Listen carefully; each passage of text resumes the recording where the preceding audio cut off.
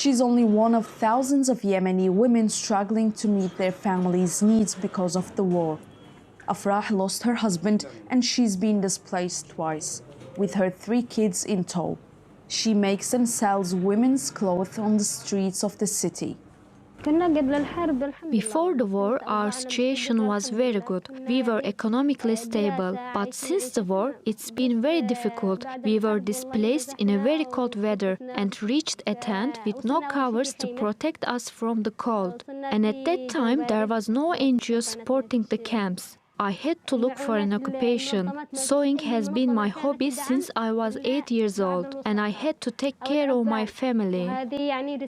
The war and the dire economic conditions have pushed thousands of Yemeni women from homemaking to the workplace in search of a decent living.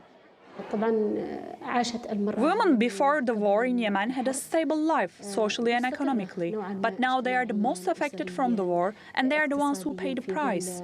Now they have to look for jobs, and as a result of women not being educated well in the past, it has negative effects also in the working arena.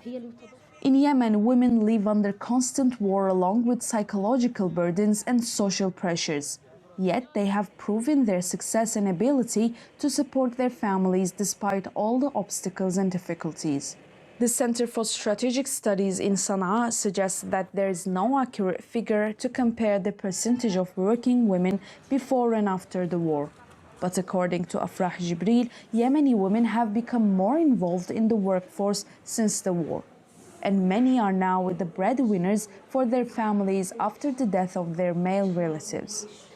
In Yemeni society, a very narrow point of view on women working, and especially if they're also on the field, and also of them being widows. There are some traditions in some places that limit women from being on the scene.